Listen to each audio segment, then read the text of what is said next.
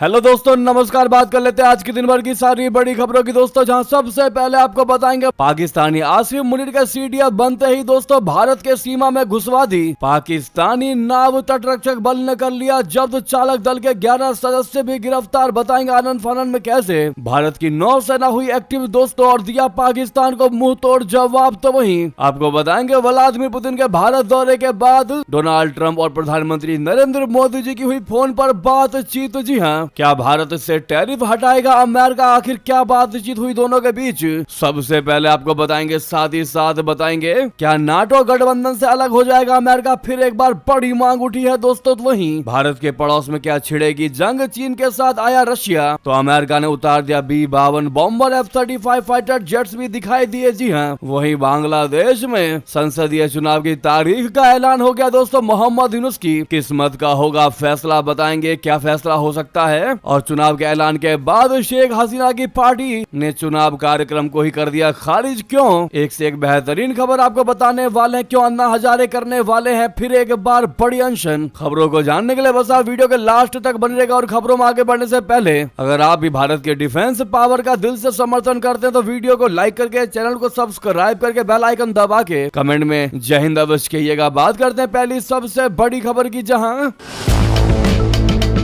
भारत की समुद्री सीमा में घुसी पाकिस्तानी नाव तटरक्षक बल ने की जब्त, चालक दल के 11 सदस्य भी गिरफ्तार। दोस्तों भारत की जल सीमा के अंदर घुसने वाली एक पाकिस्तानी नाव को तटरक्षक बल ने गुरुवार को जब्त कर लिया। इस नाव में सवार 11 सदस्यों को भी गिरफ्तार किया गया है। अधिकारियों ने गुरुवार को जानकारी देते हुए बताया कि भारतीय तटरक्षक बल ने भारतीय जल क्षेत्र में अवैध रूप से मछली पकड़ने के आरोप में एक पाकिस्तानी नाव को जब्त कर लिया और उसके चालक दल के 11 सदस्यों को गिरफ्तार किया है। अधिकारियों ने बताया कि गिरफ्तार किए गए लोगों को आगे की जांच के लिए गुजरात के जाखो मरीन पुलिस को सौंप दिया गया है। गुजरात रक्षा PRO wing commander Abhishek Kumar Tiwari ने एक्स पर एक पोस्ट में कह दिया कि भारतीय तटरक्षक बल ने बुधवार को त्वरित कार्रवाई करते हुए भारत के विशिष्ट आर्थिक क्षेत्र यानी EEZ के अंदर चालक दल के 11 सदस्यों वाली एक पाकिस्तानी मछली पकड़ने वाली नाव को जब्त किया। उन्होंने कहा कि यह पाबंदी तटरक्षक बल के निरंतर समुद्री अभियानों और भारत के समुद्री क्षेत्रों MZI के भीतर अंतर्राष्ट्रीय कानूनों के मजबूत प्रवर्तन को बनाए रखते हुए अपनी सीमाओं को सुरक्षित करने के लिए देश की प्रतिबद्धता को रेखांकित करता है। उन्होंने आगे कहा कि भारत के समुद्री क्षेत्र में निरंतर सतर्कता हमारी राष्ट्रीय समुद्री सुरक्षा रणनीति के एक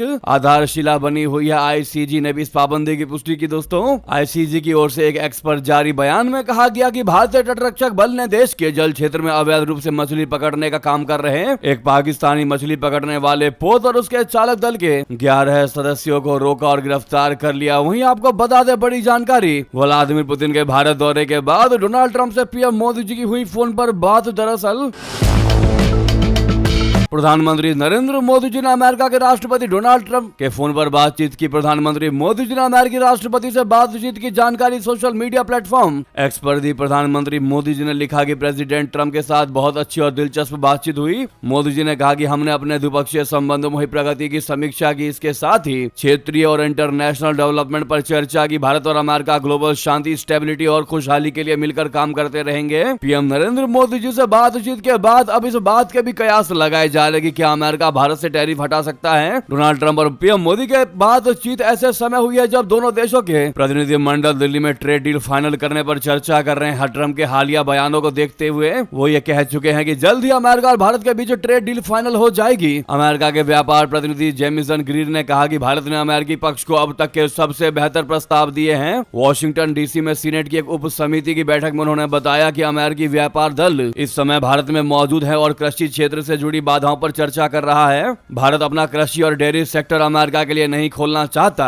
और बात यहीं रुकी हुई है। भारत में करोड़ों लोगों की आजीविका दूध उत्पादन से चलती है। जेमिसन ग्रीर ने भारत की सराहना करते हुए कहा कि बातचीत के दौरान भारत का रुख काफी आगे बढ़ रहा है। दोस्तों आपको बता दें प्रधानमंत्री नरेंद्र मोदी जी और ट्रंप के बीच किन किन मुद्दों पर चर्चा हुई। दरअसल दोनों नेताओं ने 21वीं सदी के लिए इंडिया बोले तो US compact military partnership, accelerated commerce और टेक्नोलॉजी के लिए मौके बढ़ाना को लागू करने से जुड़े जरूरी टेक्नोलॉजी, एनर्जी, डिफेंस और सिक्योरिटी और दूसरे जरूरी सेक्टर में सहयोग बढ़ाने पर भी अपने विचार शेयर किए प्रधानमंत्री मोदी जी। और ट्रंप ने खास रीजनल और ग्लोबल डेवलपमेंट के बारे में भी बात की। वे बदलते जियोपॉलिटिकल माहौल में एक जैसी चुनौतियों से निपटने और आम हितों को आगे बढ़ाने के लिए मिलकर काम करने पर सहमत हुए। दोनों नेताओं के बीच यह बातचीत रशिया के प्रेसिडेंट व्लादिमीर पुतिन के प्रधानमंत्री नरेंद्र मोदी के साथ 2 दिन की हाई स्टेक्स समिति के लिए नई दिल्ली पहुंचने के कुछ ही दिनों बाद हुई है दोस्तों, जिसके बाद यह कॉल काफी अहम माना जा रहा था। वहीं आपको बता दें, क्या नाटो गठबंधन से बाहर निकल जाएगा अमेरिका? जी हां, अमेरिकी कांग्रेस में पेश हुआ बिल। सांसद ने कहा $1 ट्रिलियन हो रहे हैं बर्बाद, अमेरिका को अब नाटो से निकालो बाहर। जी हां, सबसे बड़ी खबर दोस्तों, रूस यूक्रेन जंग को लेकर अमेरिका और यूरोपीय देशों के बीच जारी असहमतियों के दौर के बीच अमेरिका की संसद में एक अहम बिल पेश किया गया है। ट्रंप की रिपब्लिकन पार्टी के एक सांसद ने हाल ही में एक विधेयक पेश कर अमेरिका को नाटो से बाहर कर देने की मांग कर दी है। सांसद ने इस बिल को पेश करते हुए कहा भी है कि यह सैन्य गठबंधन अब भी कोल्ड वॉर की मानसिकता से गुजर रहा है और इससे अमेरिकी टैक्स पेयर्स के $1 ट्रिलियन बर्बाद हो रहे हैं। आरटी न्यूज की रिपोर्ट के मुताबिक केंटकी के सांसद थॉमस मैसी ने बीते मंगलवार को यह बिल कांग्रेस में पेश किया था। इस दौरान उन्होंने कहा कि नाटो उस वक्त बनाया गया था जब सोवियत यूनियन मौजूद था, लेकिन अब वह खतरा खत्म हो चुका है। मैसी ने कहा कि अमेरिका को नाटो से बाहर निकलना चाहिए और उस पैसे को अपने देश की सुरक्षा पर लगाना चाहिए, ना कि सोशलिस्ट देशों पर। नाटो की वजह से अमेरिकी टैक्स पेयर्स के $1 ट्रिलियन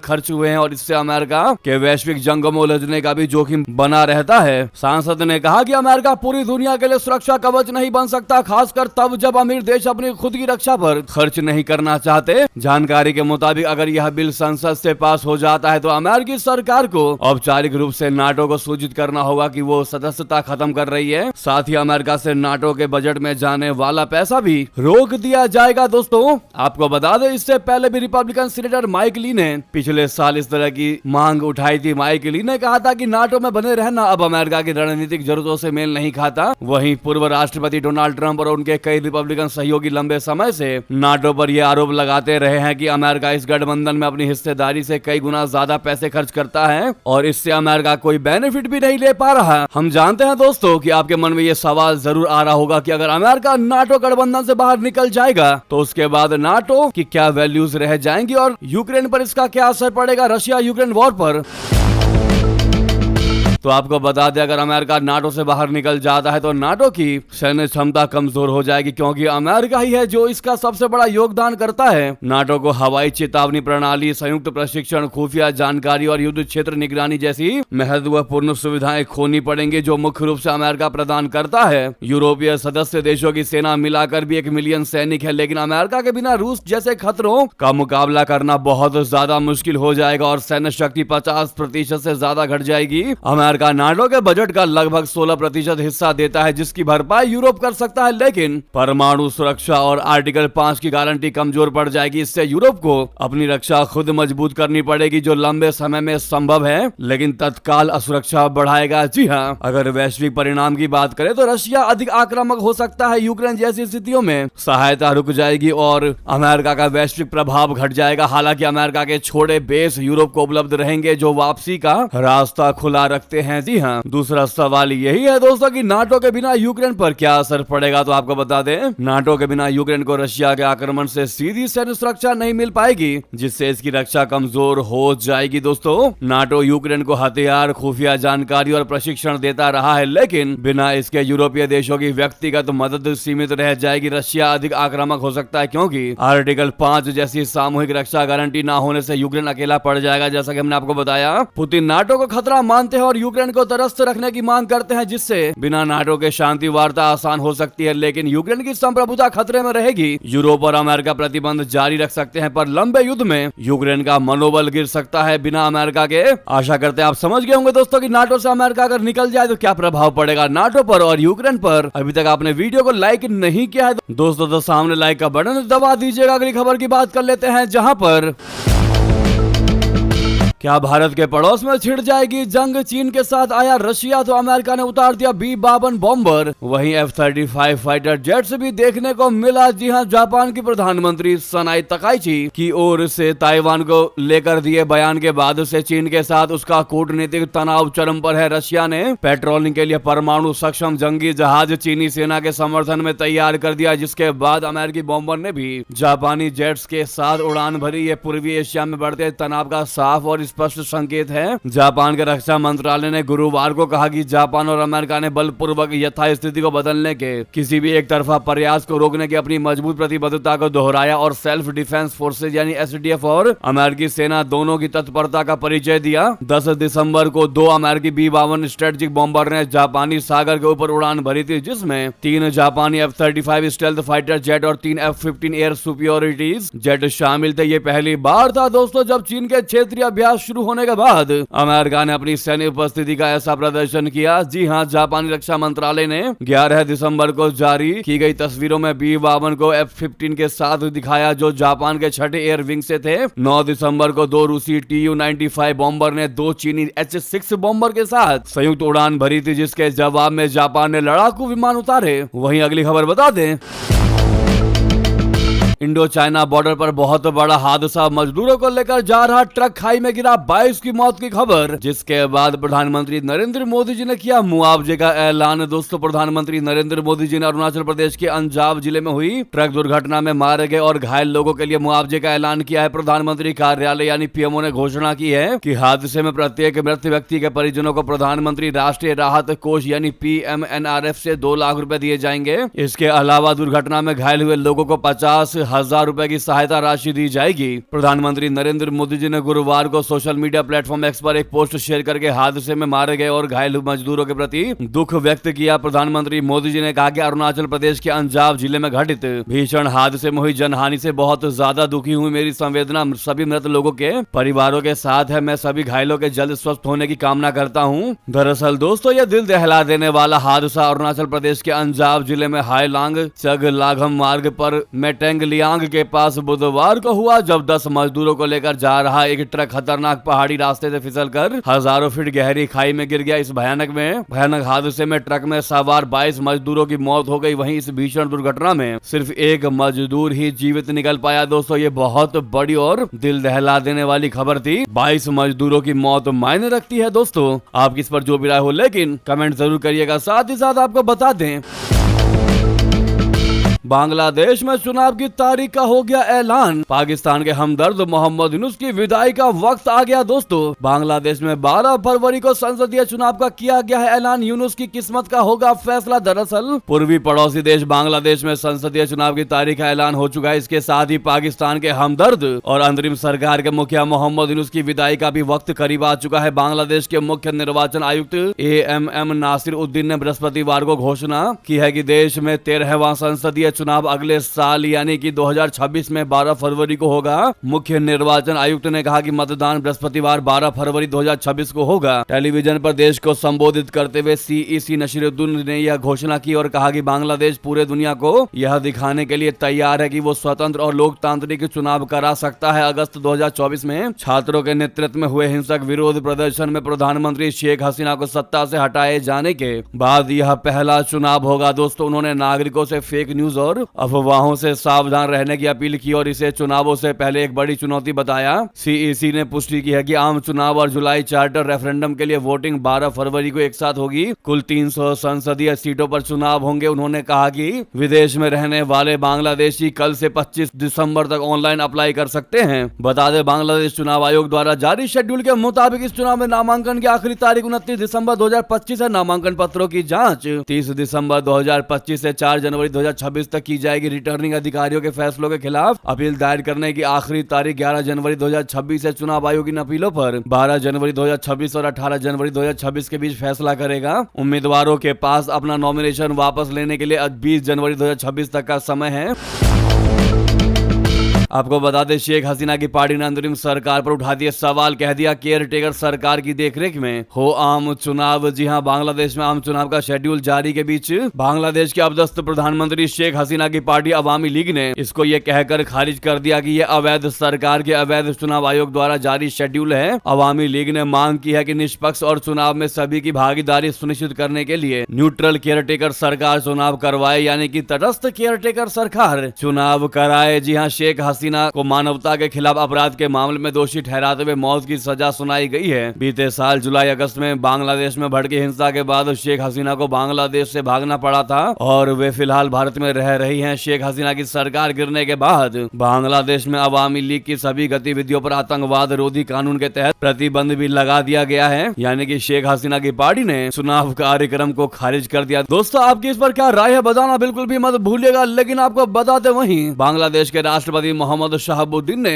क्यों कहा कि त्याग पत्र देना चाहता हूं। दोस्तों, बांग्लादेश के राष्ट्रपति मोहम्मद शहाबुद्दीन ने इस्तीफा देने की इच्छा जताई है, रिजाइन करने की बात कही है। उन्होंने कहा है कि वो फरवरी में होने वाले संसदीय चुनाव के बाद अपने कार्यकाल के बीच में ही पद छोड़ने की योजना बना रहे हैं। उन्होंने कहा है कि नोबेल पुरस्कार विजेता मोहम्मद यूनुस के नेतृत्व वाली अंतरिम सरकार ने उन्हें अपमानित महसूस करवाया है। राष्ट्र के प्रमुख के तौर पर मोहम्मद शहाबुद्दीन बांग्लादेश के सशस्त्र बलों के कमांडर इन चीफ है, लेकिन उनकी भूमिका काफी हद तक औपचारिक है। बांग्लादेश के मुख्य रूप से कार्यकारी शक्ति प्रधानमंत्री और कैबिनेट के पास है। वर्तमान में कोई चुनी हुई सरकार न होने के कारण मोहम्मद यूनुस इस पद का पूरा लाभ उठाते नजर आ रहे हैं और अपनी मनमर्जी से देश चला रहे हैं। आपको याद होगा जब शेख हसीना को बांग्लादेश से भारत भागना पड़ा, तब संसद भंग होने के बाद मोहम्मद शहाबुद्दीन ही राष्ट्रपति के रूप में बांग्लादेश में एकमात्र संवैधानिक अधिकारी बचे थे। ऐसे में राष्ट्रपति मोहम्मद शहाबुद्दीन ने कहा कि मैं पद छोड़ना चाहता हूं, मैं बाहर जाना चाहता हूं। शहाबुद्दीन ने कहा कि जब तक चुनाव नहीं हो जाते मुझे पद पर बने रहना चाहिए। मैं संवैधानिक रूप से राष्ट्रपति पद पर होने के कारण अपनी स्थिति बनाए हुए हूँ। राष्ट्रपति ने कहा कि यूनुस उनसे लगभग 7 महीनों से नहीं मिले हैं। उनका प्रेस विभाग उनसे छीन लिया गया है और सितंबर में दुनिया भर में बांग्लादेशी दूतावासों से उनकी तस्वीरें हटा दी गई हैं। अगली खबर की बात कर लेते हैं, जहां पर पाकिस्तान में शुरू होगी संस्कृत की पढ़ाई। इस यूनिवर्सिटी में शुरू हुआ कोर्स रामायण गीता पर भी होगी रिसर्च। दोस्तों, पाकिस्तान की यूनिवर्सिटी में संस्कृत 77 साल बाद क्लासरूम में गूंजी देववाणी, ओम नमो भगवते वासुदेवाय नमः। जी हां, पाकिस्तान की मशहूर Lahore university of management sciences यानी LUMS के क्लासरूम में इन दिनों एक ऐसी भाषा गूंज रही है जिसे सुनकर सबसे पहले तो यकीन करना ही मुश्किल लगता है कि क्या ऐसा भी पाकिस्तान में संभव है। जी हां, आजादी के 77 सालों बाद पहली बार इस्लामी गणराज्य पाकिस्तान में संस्कृत आधिकारिक तौर पर विश्वविद्यालय के पाठ्यक्रम का हिस्सा बन गई है। वो देववाणी जिसे भारत में तो सदियों से पढ़ा जा रहा है, अब पाकिस्तानी छात्र बड़े शौक और जिज्ञासा से सीख रहे हैं। महज एक वीकेंड वर्कशॉप से शुरू हुई यह यात्रा अब 4 क्रेडिट वाले पूर्ण कोर्स तक पहुंच चुकी है और आगे महाभारत व भगवत गीता के अलग कोर्स भी आने वाले हैं। दोस्तों, ट्रिब्यून की रिपोर्ट्स के मुताबिक LUMS अब भारत और भगवत गीता पर भी अलग कोर्स शुरू करने की योजना बना रहे हैं। गुरमानी सेंटर के डायरेक्टर डॉक्टर अली उस्मान काजमी कहते हैं कि उम्मीद है कि इससे नई दिशा मिलेगी। 10-15 साल में पाकिस्तान में पैदा हुए और पले बढ़े गीता महाभारत के अपने विद्वान देखने को मिलेंगे। उन्होंने आगे बताया कि शुरू में सिर्फ वीकेंड प्रोग्राम था जो स्टूडेंट्स, रिसर्चरों, वकीलों से लेकर आम लोगों तक सबके लिए खुला था। रिस्पॉन्स देखकर इसे नियमित डिग्री कोर्स बना दिया गया। अभी स्टूडेंट्स की तादाद कम है लेकिन अगले कुछ सालों में बढ़ने की उम्मीद है।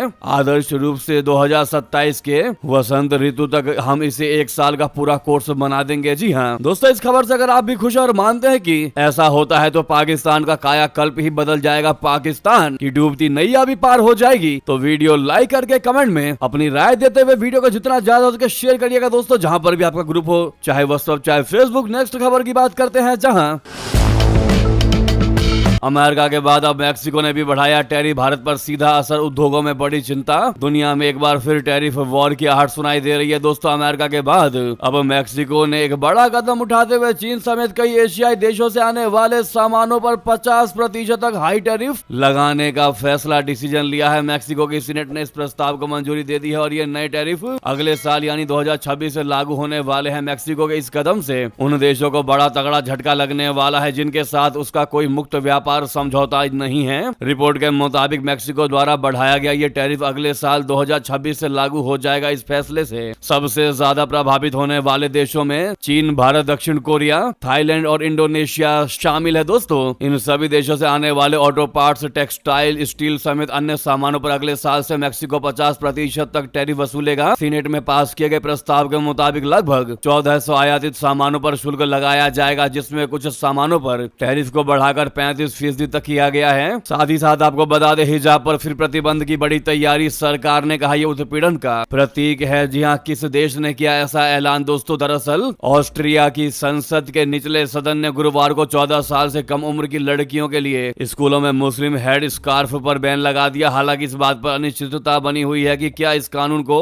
असंवैधानिक घोषित किया जाएगा। दरअसल 5 साल पहले भी इस देश में हिजाब पर प्रतिबंध लगाया गया था, लेकिन तब अदालत ने इसे असंवैधानिक घोषित कर दिया था। ऑस्ट्रिया सरकार ने इसे उत्पीड़न का प्रतीक बताया है। वहीं मानवाधिकार समूहों और मुसलमानों का प्रतिनिधित्व करने वाले संगठनों ने इसकी आलोचना की है और मानवाधिकार का उल्लंघन बताया। वहीं बता दें, अमेरिका ने लगाया बैन, प्रेग्नेंट भारतीय महिलाओं को वीजा नहीं मिलेगा। दोस्तों, बोला बर्थ टूरिज्म की इजाजत नहीं देंगे। जी हां, भारत में अमेरिकी दूतावास ने गर्भवती भारतीय महिलाओं को वीजा देने में खास सतर्कता बरतने का ऐलान किया है। दूतावास ने कहा है कि अगर उन्हें लगता है कि यात्रा का मुख्य मकसद अमेरिका में बच्चे को जन्म देना और बच्चे के लिए अमेरिकी नागरिकता हासिल करना है, तो वो वीजा नहीं देंगे। दूतावास ने कहा कि इसकी इजाजत नहीं है। अमेरिका का दावा है कि हर साल बड़ी संख्या में गर्भवती महिलाएं बच्चों को जन्म देने के लिए टूरिस्ट वीजा पर देश में प्रवेश करती है। ट्रंप प्रशासन ने पहले ही ऐसी महिलाओं पर प्रतिबंध लगाने का ऐलान किया था। अमेरिकी दूतावास ने बयान जारी करके कहा है कि अमेरिकी काउंसलर अधिकारी टूरिस्ट वीजा एप्लीकेशन को मना कर देंगे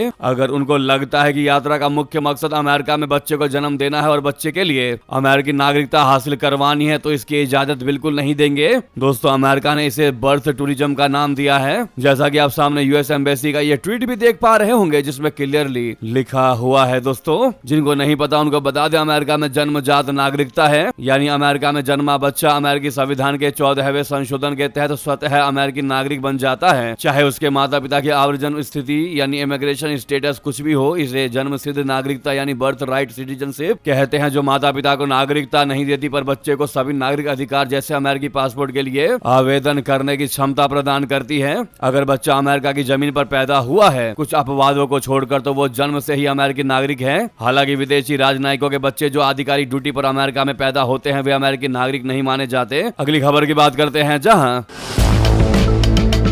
अन्ना हजारे का बड़ा ऐलान, 30 जनवरी से करने जा रहे आमरण अनशन। दोस्तों, समाज सेवी अन्ना हजारे ने एक बार फिर देश को हिला देने वाला ऐलान कर दिया है। 30 जनवरी 2026 से महाराष्ट्र के रालेगण सिद्धि में वे आमरण अनशन पर बैठने जा रहे हैं और यह अनशन उनकी अंतिम सांस तक चलेगा। अन्ना ने मुख्यमंत्री देवेंद्र फडणवीस को पत्र लिखकर चेतावनी दी है कि अगर कानून तुरंत लागू नहीं हुआ तो वे प्राण त्याग देंगे, लेकिन पीछे नहीं हटेंगे। दरअसल इस बार अनशन का कारण महाराष्ट्र में लोकायुक्त कानून को लागू करने में हो रही देरी है। बता दें कि राज्य में लोकायुक्त कानून को मंजूरी मिले 2 साल से ज्यादा का समय बीत चुका है, लेकिन इसे अभी तक लागू नहीं किया गया है। इसी से नाराज समाज सेवी अन्ना हजारे एक बार फिर आंदोलन के मूड में है। दोस्तों, वहीं बता दें, यूपी, एमपी समेत इन 6 राज्यों में बढ़ाई दी गई है एसआईआर की समय सीमा। फॉर्म न भरने वालों को मिल गई मोहल्लत। दोस्तों, उत्तर प्रदेश, मध्य प्रदेश सहित 6 राज्यों में वोटर लिस्ट के स्पेशल इंटेंसिव रिवीजन बोले तो एसआईआर के लिए संशोधित शेड्यूल को बढ़ा दिया गया है। इसके साथ ही इन राज्यों के निवासियों को एसआईआर के लिए थोड़ी और मोहल्लत मिल गई है। समय सीमा बढ़ाए जाने वाले राज्यों में उत्तर प्रदेश, मध्य प्रदेश, छत्तीसगढ़, गुजरात, तमिलनाडु और अंडमान निकोबार शामिल है। भारत निर्वाचन आयोग ने 1 जनवरी 2026 को क्वालिफाइंग तारीख मानते हुए इन 6 राज्यों या केंद्र शासित प्रदेशों में वोटर लिस्ट के स्पेशल इंटेंसिव रिवीजन एसआईआर के लिए शेड्यूल को संशोधित किया है। इसके पहले स्पेशल इंटेंसिव रिवीजन की आखिरी तारीख 11 नवंबर तय की गई थी, लेकिन चुनाव आयोग ने इसे बढ़ाने का फैसला किया। फिर उसके बाद इसे अपडेट करके 19 नवंबर जारी करने की बात कही थी। इसके पहले आयोग ने केरल के लिए भी आखिरी तारीख 11 दिसंबर से बढ़ाकर 18 दिसंबर कर दी थी। बाकी जानकारियां आप देख ही पा रहे होंगे। दोस्तों, इसी बीच ये की सारी बड़ी जानकारी आपको खबर कैसी लगी बताना बिल्कुल भी मत भूलिएगा। लगे हाथ तो वीडियो को लाइक करके, चैनल को सब्सक्राइब करके, बेल आइकन दबा के कमेंट में जय हिंद कह दीजिएगा। मिलता अगली बड़ी खबर में। यहाँ तक बने रहने के लिए आप सभी का बहुत बहुत धन्यवाद, बहुत बहुत आभार। जय हिंद, जय भारत।